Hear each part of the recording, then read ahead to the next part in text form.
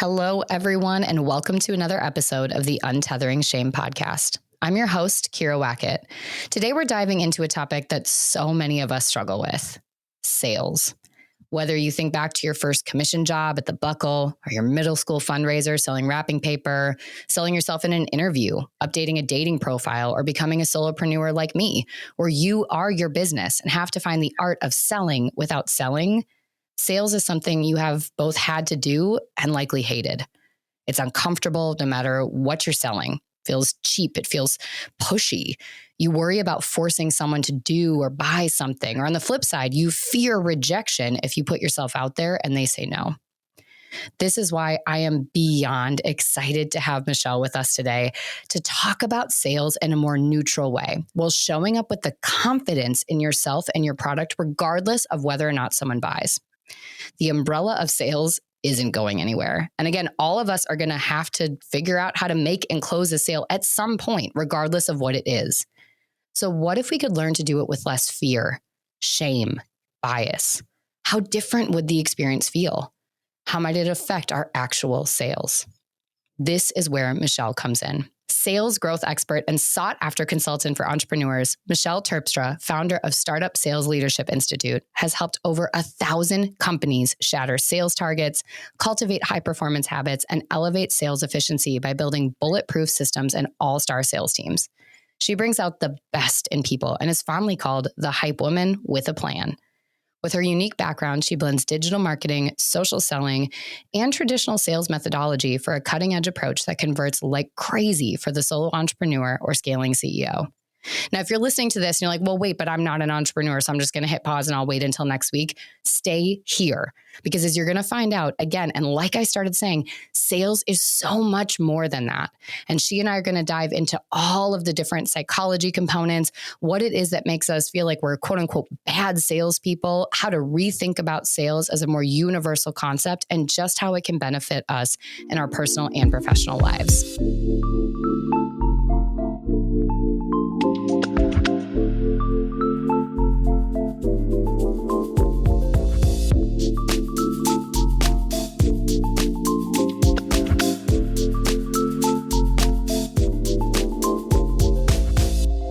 Michelle, I'm so excited that you're here.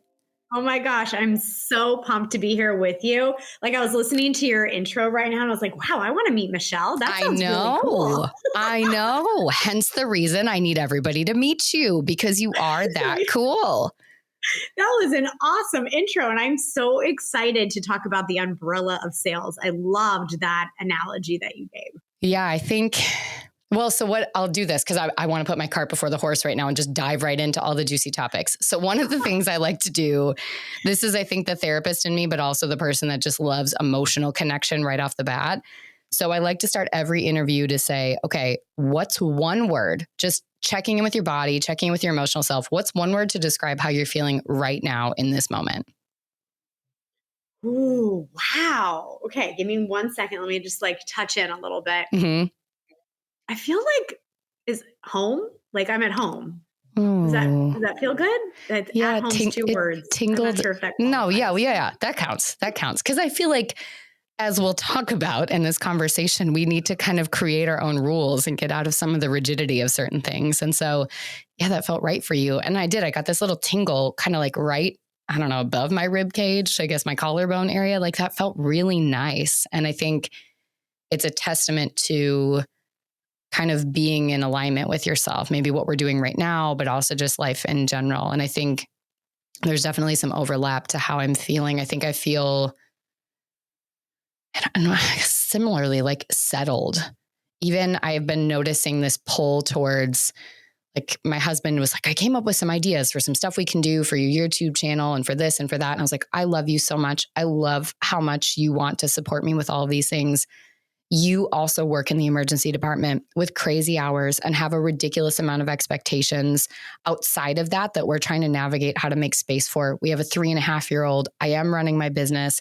We also have a certain way we want to live, meal prepping, doing fun things as a family, doing all that. I've worked so hard, and I'm finally in a place where I accept what the balance of my life looks like. Do I want to hustle my butt off 9 times out of the 10? Yes, like I do. I want to hear all your ideas and I want to figure out how to make it work, that I have 10 extra hours in a day and I'm going to grow the shit out of what I'm doing. I've just adjusted my expectation, not to say I'm going to do less, but I'm now willing to let it grow at the pace that matches my authentic self and life. And so when you said home, I think that maybe tingled for me because that's this thing that I realized I didn't used to feel that way. I was always in that hustle state. And I'm excited for us to dive into the sales side because I used to kind of sell from that scarcity hustle side and feel this drive to do things at a certain level that really wasn't authentic. And so it's nice to hear we're both kind of coming in from that, I don't know, cozy spot in our bodies and in our lives.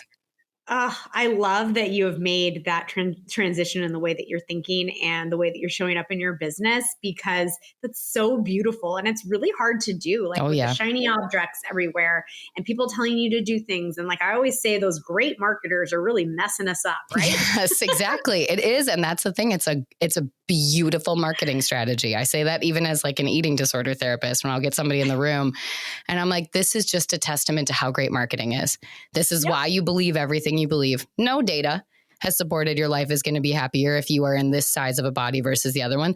Just great marketing, which is awesome. Yep. Let's just talk about how we don't want to be, being preyed upon by marketers in that way. So, okay, now let's go in. Tell me, so I met you when you were already doing all these amazing things. My guess is when you were 2, 3, 5, 10 years old, you were doing sales in some capacity. You can see that now, but I'm assuming this isn't exactly what you pictured you were doing. So how did you get here?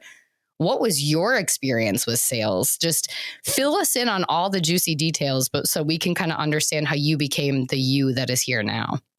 Yes. So it all started because I love peopling. That's kind of how this whole journey happened for me, is even when I was really, really little, like birthday parties were really important to me. I always want to include everyone. Like I myself admittedly have some FOMO. So whenever I host things or create communities, I want to make sure everyone feels invited and included and that they have a spot. And I think that having roots of peopling has really allowed me to skyrocket my business as well. But I mean, my sales skills go way, way, way, way. Yeah. So, I mean, I believe I'm trying to think of what my first sales job was. I guess I worked at like a clothing boutique and I would help people get dressed in outfits they loved and then buy them. And, we all got compensated on how many, how many transactions we had, upsells, like the volume of it. But when they brought out those stats, I was like, oh, cool. And I wasn't even like thinking about it. I just like, well, I helped that person feel really good in that shirt, in that outfit. Ooh, and that husband came in and didn't know what to get his wife. And I totally curated the best outfit ever. And I just remember that I guess it was high school when I worked at those two companies. And it was super fun. And when I got into college, there was, hopefully people know about this company when they're listening, but I'm from California, but there's a company called SWAT, Summer Winter Action Tours. Anybody listening? And they recruited me to sell spring break trips to all of my friends in college. And then I got to go on the spring break trip for free. Plus I got a commission. And then I chaperoned all the high school events as well. So I got like free snowboards, free gears. I mean, it was like so cool, right? And so when they asked me, they're like, do you think you can sell these spring break trips? And I was like, well, of course. Who wouldn't want to come and hang out with me? If I go, they're going to want to come. And they're just like, okay. And lo and behold, they did. Like even my non-drinking friends went to Mexico to party on spring break with me, right? So it's always been, about people for me. And I've never seen people as numbers, although in sales, you do have to look at your numbers, but understanding that the numbers are important, but so are the people is like really, really important. And it's always been something that I've led with. And so I think my journey with this, it's all about the people and my relationships, my friendships. And I think that's why I love having a business that was created off of social media, because I am such a social person and I love being in the DMs. I love being in Messenger. I love building relationships and I just find so much joy out of it. I love that. Because I think that's the key point, is that we are still creating connection with another human or humans, as it were. And so for you, you were able to get excited about this idea of helping somebody feel good, do something that they wanted to do, maybe sometimes push them to do something that they want to do, but they're talking themselves out of. And so you could see that the numbers at some point, I'm sure as you saw that felt good to know, like, I'm good at this. I can sell a lot of things. I can do those things, but you could have that degree of confidence and excitement because you also knew from a values place, you weren't tricking people into something. You weren't lying to get your numbers higher. You weren't doing all these things that I think a lot of us fear and then project onto other people that they're going to experience or think about us. And so as you were talking, I went back to when we got married, I really wanted to do a lip sync battle. And so it was my bridal party against my husband. What's that? The groom party. I don't know what that is, but the guys versus the girls. And none of the girls wanted to do it, but I was like, we're doing this. I have to do this. And then I also was the therapist going, everybody has the right to make whatever decision feels good for them. I don't have the right to force somebody to do these things. So then I had to balance I want this and I want to win. Like, I hired a choreographer. We had outfits. I had a DJ friend of ours put together the whole blend, and then everybody got a song kind of meshed together to come to the front, and they all got their spotlight moment. And I think back to talking to my sister-in-law who was like, fuck you. I'm not doing this. I love you. I will not do this. And I just gave her space and I just kept talking about it because what I knew is at the core, I wanted this, but I would also be okay if it didn't happen. Like if she didn't do it, my life would move on. I would have disappointment. Sure. Again, I talk about the disappointment all the time. It's a misalignment of priorities and values. Not a big deal. She still loves me. She just doesn't want to do this. But what I also knew underneath is she is somebody that learned she shouldn't be seen by shame experiences she had as a kid. She should silence herself. She should be in the back of the room. She shouldn't put herself out there. And she is silly and quirky and beautiful and joyful and brings so much to the table when she lets that story go. So I just kind of slowly had those conversations with her, just inviting her to consider if all of her didn't want to do this, or if it was the shame part of her that didn't want to do this. And eventually she made the decision to do it. She killed it. We all did. We had such a great time. We blew the guys out of the water. They were like at the dollar store buying different things like wigs and stuff at our wedding party, like at the reception, just like pulling it out of nowhere. And so it was wonderful. But I think about that when you're talking about sales, because I was never in this to try to trick her into something. I wanted her to give herself permission to do this thing that she might want to do. Now, I have a program that I know helps people. I've been a fucking therapist long enough. Like I've worked hard enough to know I have enough confidence to know that I'm good at what I do. Yes. But the instant you ask me to translate that to helping give somebody the same, like, what about buying my program? What about working with me in a coaching capacity? All of that awareness, confidence goes out the window. I immediately am like, nah, it's cool. Like, I have this program, but like, let's talk about something else. Like, do you want to talk about coffee? Should we go do this? There are other therapists. You want me to give you some names of those? Here, you know what? I'll give you my program for free, but then I'll also tell you about all these other people. Help me understand. I ask you a question? Yes, because I was going to say, I want to know what happens. Yes. Okay. So have you ever just towards the end of a conversation where you're starting to feel uncomfortable, just asked, Sally, have you ever thought about what it would look like working together? No, I've never asked that. Try it. Okay. Try that one on for size. Okay. I think that might feel really good for you.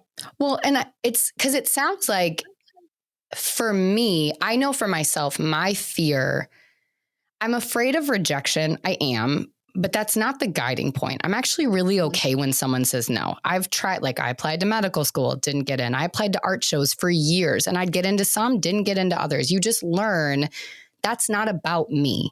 And I'm okay with that. Sometimes it's an opportunity to learn whether you're applying for a job. Like maybe I need to change up my resume. Maybe my interview skills could be better. Or also maybe it's not the right fit. So it's not that. I think for me, I have such a fear of pushing somebody to do something. Somehow I feel like I'm going to manipulate. Like even when my husband and I bought this house, I was like, did I manipulate you into saying yes to this? Like, I'm so afraid that I'm somehow going to push somebody into doing something and then they're either going to resent me or I'm taking something away from them. Is that something you see when you work with people? Because it sounds like you didn't necessarily have that when you got started, but my guess is you see this in the room. So I see this. And what I always say is that with the natural ability to influence, which regardless of what you think you have that ability, comes huge responsibility. And I think that's personally what's in your heart right now is that you could get anyone to do anything. Yeah. You can. And that comes with a huge amount of responsibility to make sure that it's not you making the decisions for everyone and that they're making their own decisions. So that separation and that acknowledgement and the ability to see the difference is weighing on you. And so what I would recommend to you or anyone who feels this way is to always ask permissive questions. And then you literally know if you're doing it or not. So like the question I gave you earlier in the interview, Sally, have you ever considered what it would look like working with me? And it's really profound and it puts the power back in the decision maker's hands to answer you and explore the opportunity to work together where you don't have to worry about if your ability to influence, which you're probably really, really good at, is impacting the way that they view you or wanting to work with you. That's awesome. So the idea ultimately, and I think you're right. I think there's this like heaviness. I feel it as a mom. I feel it as a partner. I feel it in so many ways where I know I have the capacity to do that. I think with a lot of my trauma growing up, like I was a parentified kid. And so I really was responsible like for my mom, eventually for my grandma. So I had a lot of this, like I'm a natural caretaker, but also sometimes I think feeling like, do I confuse my role? And so there's this part of me that's like, I just want to create space for people. And as a therapist, I want people to feel empowered to make the right choices for them. But what I forget is that I can still do that and make sure that they know what's available to them. What do you think? I mean, so you're seeing this, you're already giving me tools to adjust it. How do you think people get to that point? Why do you think they're so afraid of that? Why are they afraid? Like, why is sales this thing where people are already listening to this being like, oh my gosh, yep, that's me. Or like, oh, wait, she's not afraid of rejection, but I am. Where did we get this idea that sales is scary and that we can't do it either because we're going to push someone else or because we're going to be rejected? And all of it is really just a power play is what it feels like we're afraid of. Right. So I believe, and I think that you're going to love this from the therapist side, is that everyone has experienced some type of quote unquote trauma in their life that has skewed the way that they look at power, influence, negotiation, therefore sales. Interesting. I have actually never met anyone that didn't have something, even the people who are fantastic at sales. Right. So for you, I would ask you the simple question, which you can answer or not, is did someone abuse their power on you? Well, and I think for me, it was a lot of feeling like I was lied to a lot. I was led to believe things a lot. And it's still the thing I struggle with the most. Like I've told my 3.5-year-old, your job is to screw up. Your job is to try things on, to not know how to regulate your emotions, to try on different stories. You're going to lie to me. That's literally a physiological, psychological part of your development. You have to do it. But as you get past that and it's of your own volition, that's my only ask is I want you to tell me the truth. And I don't want to feel constrained. And I think that's a lot of what it is. And so I think with other people, if they choose to work with me, I will give 100,000,000%. I have a really hard time, I think, feeling like I can lead from that perspective because I don't ever want someone to feel forced. And I'm not tricking them, but I think particularly it just feels like people are so inundated with information. And I feel like I go on anywhere and it's like, buy this, do this, want this. And it's like, I want to come back to a place where people feel like they trust themselves and the decisions they're making. So let me ask you a question. Yeah. Have you ever had buyer's remorse? Yes. That's another story. So you're literally assuming people are going to regret their decision because you made them make the decision and they did not. Right. Damn it. See, this is why you're good at what you do. Gotcha. Shit. Yeah. And then maybe that ultimately does tie back into rejection, is then feeling like I fucked up and I let them down. And it's not that they would reject me, but it's the responsibility piece. I should have known better, which is my shame. I am supposed to be the one that doesn't let somebody down. I have to be able to be there for them at all times. And what if they buy it and it's not the right thing for them? Right. And you also, as a great coach, consultant, mentor, advisor, therapist, like you are not 100% responsible for someone as much as you want to be. Right. No one can be 100% responsible for someone else. That's impossible task. And so also touching into the realistic options of you supporting someone and them understanding that is really critical. Well, it sounds like what you're describing is the idea. So there's a term, I think it's just used in general. I only learned about it in therapy, but I think it's a broad thing. But it's basically the difference between being an asker and a guesser. So an asker, I always think back to like little kids. There was this one kid in our neighborhood and she would always be like, can I come over? Can I sleep over tonight? I was like, what? The audacity of you asking to come sleep at my house. Like I would never do that. I would never insert myself there. But that's an asker. I can ask for what I want. You can say no. That it's beautiful. The guessers, like me and probably most of the people listening to the show, are going, okay, what do I know about them and everything they have going on? Okay, so this is what they've got. I'm not going to ask them for help because I know that they've been doing this, this, and this. And so they probably don't have the capacity to show up for me here. And I know that their kid just had a cold last week. So I'm going to do that. What all these stories.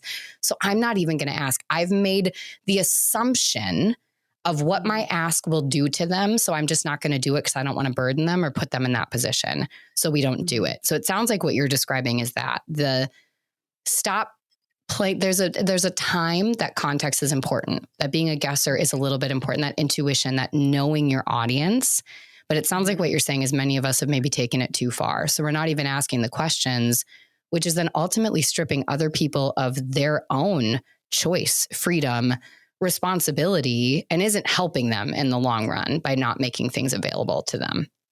Yes, and I think there's some outdated marketing techniques here that I see all the time in advertisements. It's like, this program or this service is only for you if you're coachable. Right. You show up and do the work. Like, I mean, I could list them. We could all laugh. Like anybody listening right now that's in this space, like knows exactly what the 5 are that go underneath everything. Yep.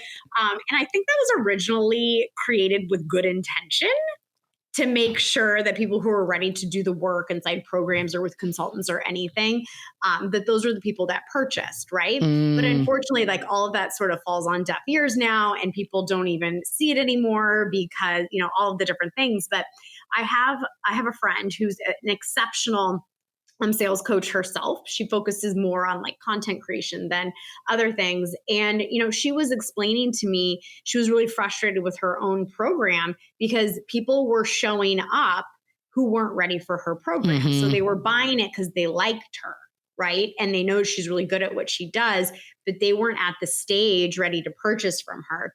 And she was saying, I put it on my sales page. Like I put it on my sales page and like they still bought it, right?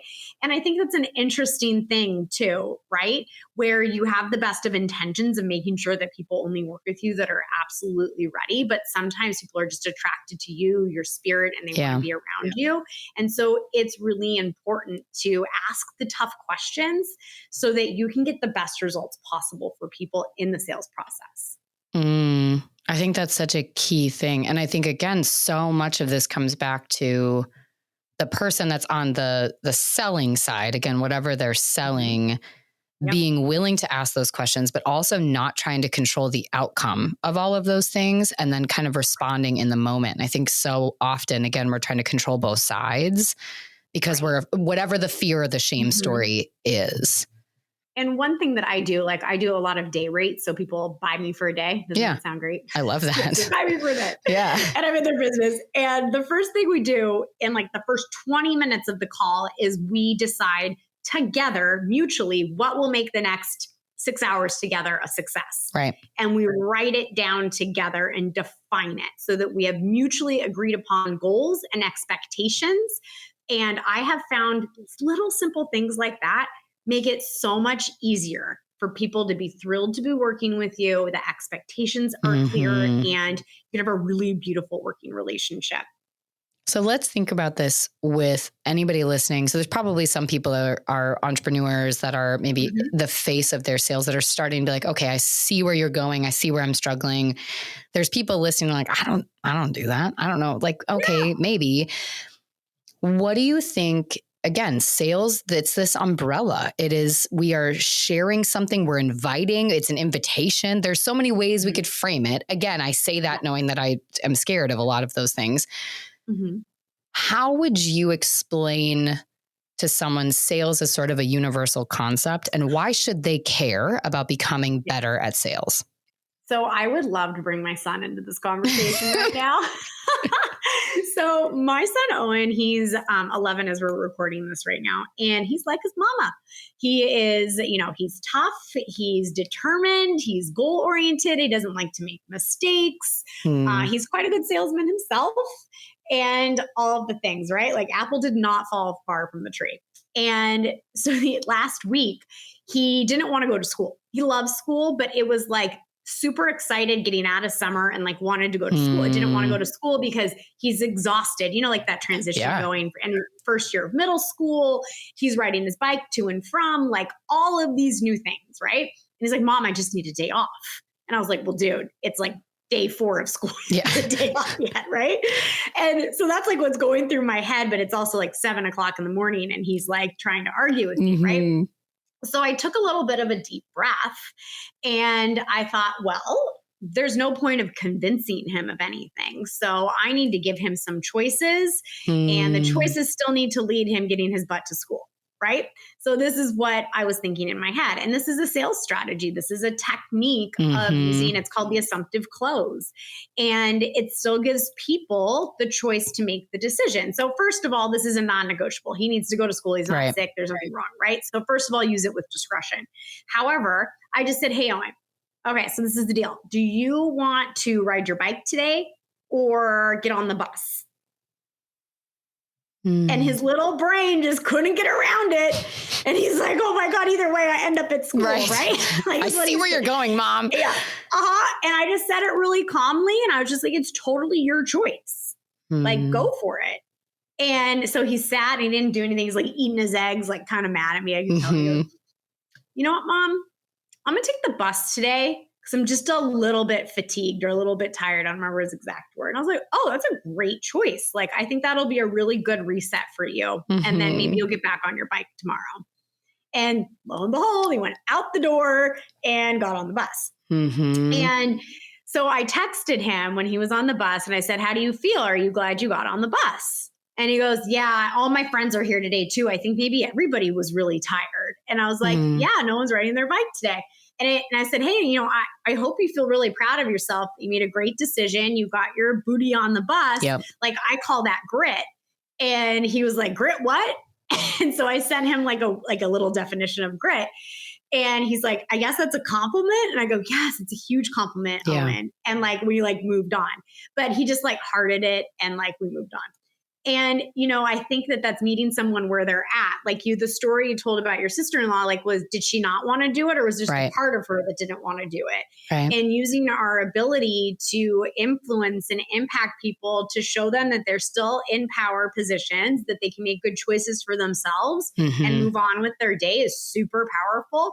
And you can use that in your everyday happenstances. Well, I think about anybody listening that has a kid, whether they're toddlers, so like my 3.5-year-old, because what you're describing is similar to what I have to do with her too so here's the thing that has to happen. But if I keep talking about that, all we're going to do is fight. So instead we redirect. How do we want to get there? And I think a lot of that, and what you did is you put him back in the driver's seat, because if it's just like, well, you have to go, there's a powerlessness. And that's a thing I think I fear, is that I'm going to take from people their sense of power. And so in that instance, you still get to make these decisions. I want you to feel empowered to make the choice for you, because this other thing isn't even a choice. It just is. It's happening. It's like bedtime is a thing. We're not negotiating it because there's no choice there. And so you kind of took that off the table as the thing that you're going around about. And so I think a lot of people thinking about this are like, oh, I'm doing this with my kids. I do this with my partner. I do this with these other people. And I think I love that you gave people the terminology of the assumptive close. That's the word you said, right? Yeah. And so there's these different actual strategies, and then really thinking about how do you kind of move away? Because I think sometimes in that moment, when it's business, it feels different. When it's personal, it almost like I get like heated and like I have to get to the outcome I'm supposed to have. So it's an interesting change psychologically. So instead you just go and take a deep breath, step back, find a different way to get to where we need to go. And I wonder what that would look like for people as they're doing that, to think about closing a sale in their business. Or I just had a client the other day who has, I think it's maybe 6 months or so that she was laid off, and then she got a job. And so, but the last 6 months has been really hard because she's like rejection after rejection after rejection. And she started to resent the next interviewer, like the next opportunity. She was just resentful of them. And I was like, well, how do we change? Like, you're still responsible for the person that shows up in the room. So how do you change that? How do you think about the opportunity to meet somebody different? It's not fair to punish your future self and these future interactions because of your fear or your shame or, you know, whatever, your anger that things are the way they are. Assumptions are a very, very dangerous thing. Yeah. In sales, in life, I'm sure you see it. Like assumptions can really ruin things for people. And you have to be aware of when you're making assumptions that don't need to be made. Yeah. And it sounds like, even because you pointed it out with me, where I maybe bring in old stories, my own experiences, being the recipient of somebody else kind of on that sales side, or like my experiences with them. It's also sort of a projected expectation. So I know that's the same word as assumptions, but it's also just, we've preemptively written these future stories based on what we've had before. So it sounds like a lot of it too is healing the past stories. Like, I have had buyer's remorse. I've also been okay. I have hated most of my therapy experiences, which is why I'm really sensitive to the people that work with me in coaching, therapy, things like that, because I don't think a lot of people in the field are the right fit for it. I think there's some people that are amazing, some people that aren't. They're there for maybe the wrong reasons. They've got their own stuff. They're not in the right place to support people the way they need to, whatever it is. So then I have to let those stories go. I have to heal from my own stuff. I have to not try to make, and I think this is a thing too, is we have to create situations and opportunities for people to choose something and to be okay to choose quote unquote wrong.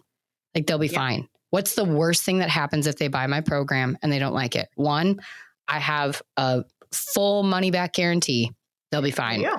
So money wise, they'll be fine. Time wise, they'll be fine. We've all wasted more time scrolling on social media or avoiding doing the hard shit that we need to do than they would waste doing something with me. So it's also not assuming a sense of responsibility for somebody else based on those stories we're coming in with.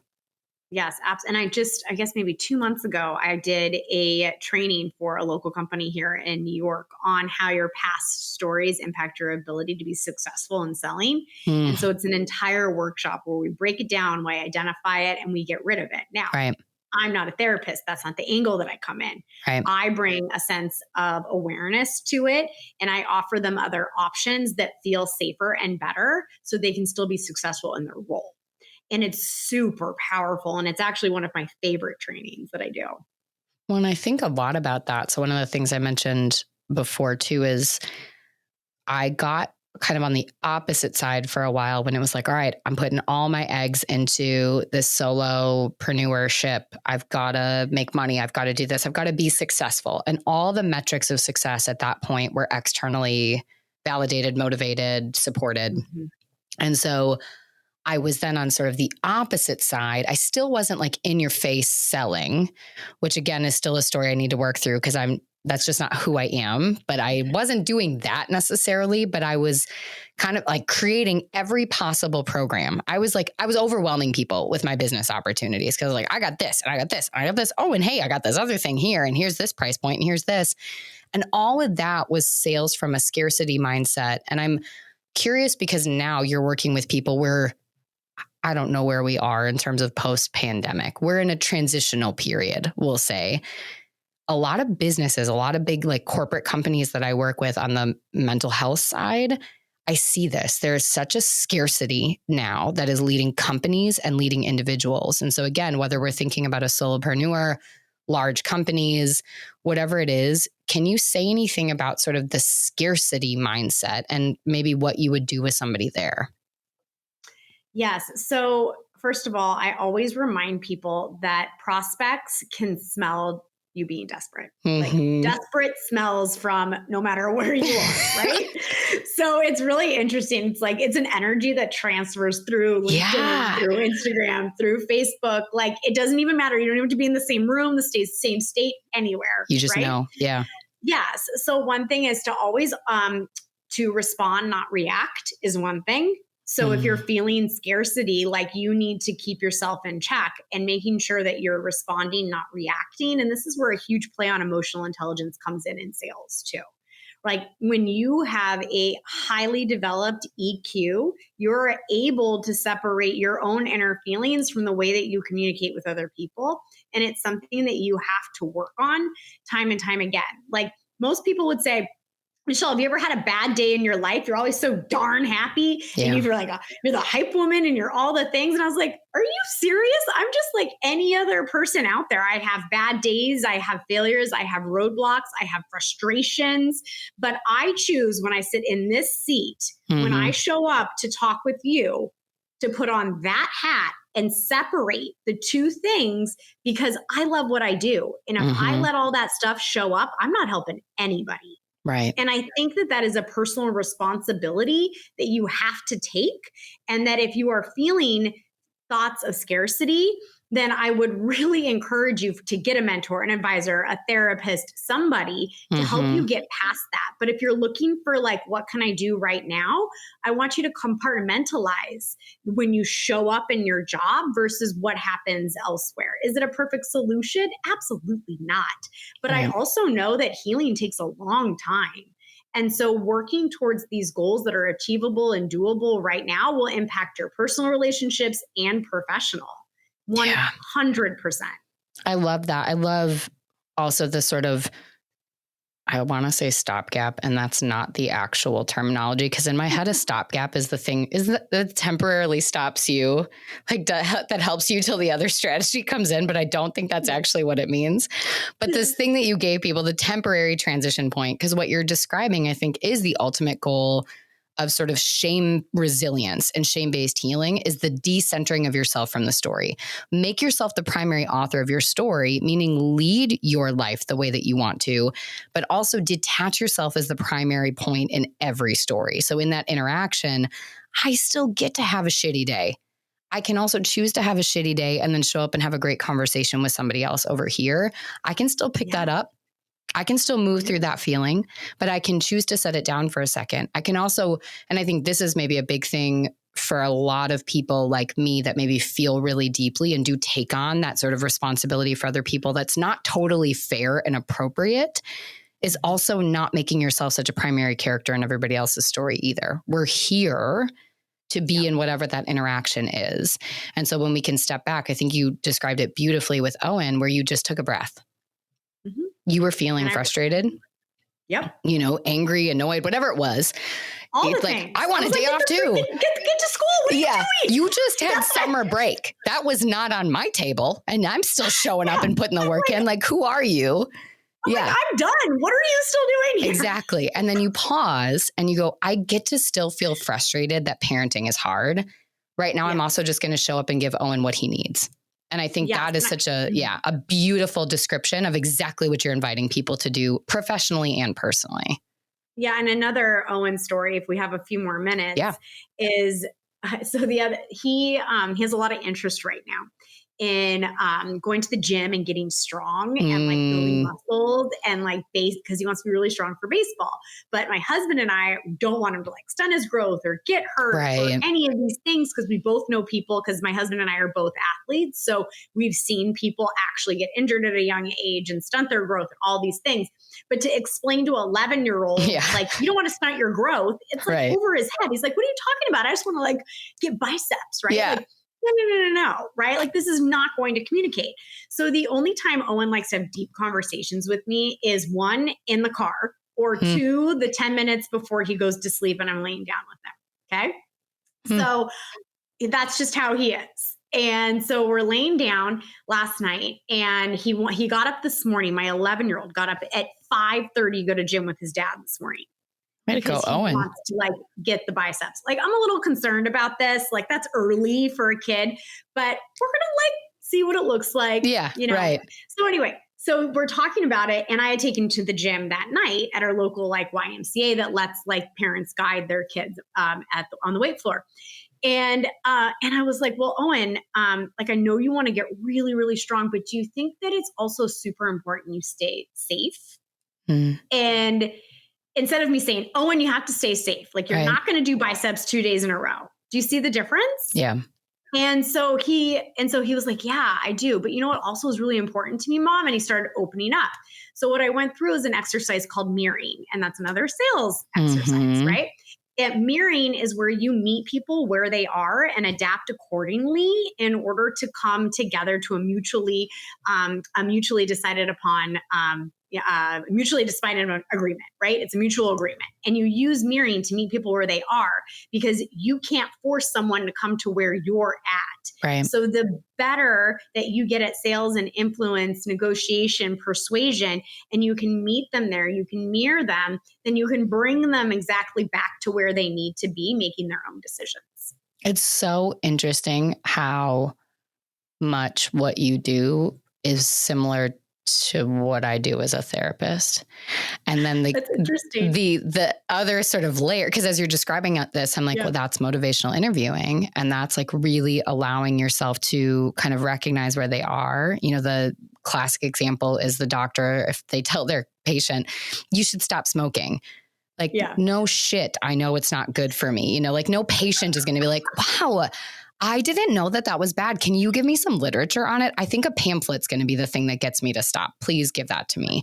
So the sort of basis of motivational interviewing in the healthcare and the mental health setting is, I see you're doing this thing. One, I need to understand your motivations and values. And then two, also understand where you're stuck to help you uncover other motivations, values, things that might get you to where you want to go in the short term and the long term, and really marrying those two ideas. So you're doing the exact same thing. And it's interesting, if somebody is in the room and I'm doing coaching or therapy, I am so comfortable with that. I will push, I will negotiate, I will lead them someplace, sometimes not very gently, sometimes very gently. Sometimes I'll take the back seat, they lead me. But the instant you put sale on it, like I got to sell them on that before they come in the room, I'm like, fuck that, I'm out. So it's so interesting. And I think a lot of people listening to this, that's their experience, is like, as soon as they hear the word sales, they're afraid. Either side, being the seller, receiving it. I don't want to be sold to. I don't want to be in this sleazy situation. I think you just helped me reframe it. And I think even in the intro part, as I was thinking about it this morning, we're doing it all the time. We're just creating invitations to whether it's doing something, changing something, connect in a different way. That's purely all it is.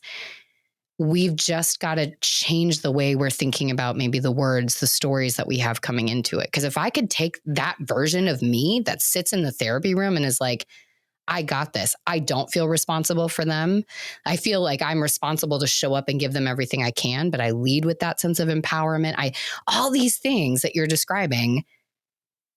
And then as soon as you put that other hat on, it walks away. And so I think for many of us, it's realizing we've got some healing to do, whether it's, again, being sold to, being a salesperson. I even thought about that with Everly School. They're going to do some fundraising. I was like, I'm not going to ask people to buy stuff. I can't do that. It's also like, give somebody the opportunity to show up for Everly in her school if they want to. They can say no. They're also fully grown humans. So Owen had to do fundraising for baseball. And so I had him make a video. Nice. I said, I'll help you, but I want you to make a video and to ask your family and friends to support you. Yeah. And he really struggled. He's like, Mom, I'm not going to ask people for money. And I was like, ooh, this is interesting. And I was like, well, why? And he's like, well, because they have to spend money on other stuff. And I was like, do you think people that like really care about you would want to see you succeed? Yeah. Well, to succeed, you need to go to all these tournaments. Oh, well, how do I get there? Well, we have to fundraise for it. And he's like, oh, right. And connecting the dots. And I was like, just invite them. I literally used that word, invite them to support you, Owen. Yeah. You don't have to say, click here and pay me. Yeah. And I so need your money. Right. You're just saying, this is something that I'm inviting you to do and to show up for. And also then knowing however they do is okay. And that might be, there might be people in our lives that can't pay for our program that really want to work with us, or they can't buy the wrapping paper or whatever it is that we're fundraising for. They don't have it, but they love us and they care about us and they just want to know that you're doing something and they can support you in other ways. But it's not even putting yourself out there. And it sounds like Owen and I are kindred spirits. It's the belief of, I am also worthy enough to make the ask. Yes. And my worth is then not dependent on how somebody else responds to that request. So it's really just believing I have the right to make myself seen, what I'm doing seen, and then you release the rest of it. So it's, well, thank you for this free session. That feels like that's more of what we were doing today. Lovely. I'll be processing this for a while. I just had a vision of how cool it would be if we could find like 4 more people that fit our vibe. I know. We had like a TV show. Oh, you know what I mean? Can you imagine? I love it, because I think what would happen is exactly, because what I love about your vibe is the same as me. You will insert to push in a direction or to ask a question and make it go where it needs to go. And I love that. And I think it's like enough people that are willing to do those things and then just like sit in it. Like I was prepared just to talk about, here's this background piece of why sales is hard and this is what happens. And then instead you go, oh, sure, let's go there. Like, let's feel that. Like, let's unsettle the settled feeling I came in with in a really good way. And I think that's the beauty that you bring. And I'm really excited for people that are meeting you for the first time through this episode to get to experience that, because I genuinely believe that's the magic you bring to the table. And I think when you have that insight to know you have this gift, this is part of who you are, you've been doing it since you were little. I truly see that. You want everyone to feel seen, safe, and heard. And that means learning how to bring their full self to the table and then owning what's theirs and releasing what's not. And so it's beautiful and I love it. And I'm so grateful that you came on to share this. Not only for me, who's again, like buzzing, and I've definitely got some stuff to process in my own healing journey, which is great, but also for the people listening that could see themselves in my story or in Owen's story, or in just kind of thinking through these things and realizing we all deserve to be seen fully in whatever that is. 100%. And maybe you should rewrite some of my bio for me. I love it. And I think you got to add it in there, because it's that hype woman, because what you're doing is you're seeing the things that are there, but we've conditioned ourselves that we shouldn't see. We shouldn't celebrate. That's not ours, And so it's, why can't I say that I'm great and I have an amazing program that I know can change people's lives? I do know that and I believe it. Now I need to figure out why I won't say that to somebody else in a different setting. I'm fine saying it here because I'm not trying to sell to you. So I need to figure out how I just create invitations for people, because that's truly what I believe. And so I love this. Okay, I've got my homework thinking about your sort of takeaway for everybody else. Some people are already like, I'm out, I got it. Like my brain is buzzing just like Kira's. But there's some people that are like, okay, now I actually need you to recenter me back in. What's my one ask, my one takeaway? So if they were to take nothing else from today's episode, but this one thing, what do you want to leave them with? I want to challenge everyone listening to try responding and not reacting. So the next time you're in a power struggle, negotiation, a frustrating situation, I want you to take a breath and I want you to hear me in your head. Am I responding or reacting? Yeah. And I want you to use one of the tools that we talked about today. Try mirroring or try the assumptive close and see how that feels. Also, you can, like I gave you the example of how you can position to ask for the sale at the end of the discovery call or a sales conversation. Go back and listen to that. Permissive sales is super powerful. Yeah. Because people love to feel in power. So if you're giving the power back to the other person, then that feels really good for everybody. And you still get the client at the end of the day. So that would be what my one ask is for everyone here to try responding and not reacting and to see how that feels. I love that. This has been incredible. I have all of your links. So everybody make sure you go to the show notes too, to connect with Michelle on all of the different platforms that she's in. It's truly this conversation. If you could feel it through your earbuds, it is really, anytime you connect with Michelle, it's magic. She wants to help everybody in every way, shape, or form. So if you're feeling that urge, here's my invitation. Go connect with her. Go look up some of her things, reach out. Like she said, she loves to be in the DMs. If you've got a question, if you want to talk through if it might be a good fit to work together, go reach out to her, because it is truly magic. You saw what she did here for me, and that wasn't even the goal of our session. No, so just know what she can do when the goal is that, and just see that opportunity. Michelle, this has been amazing. Thank you again. It's been incredible. Listeners, take a breath, pause, be in that moment. Again, focus on that responding, not reacting. And I will see you all back here next Sunday.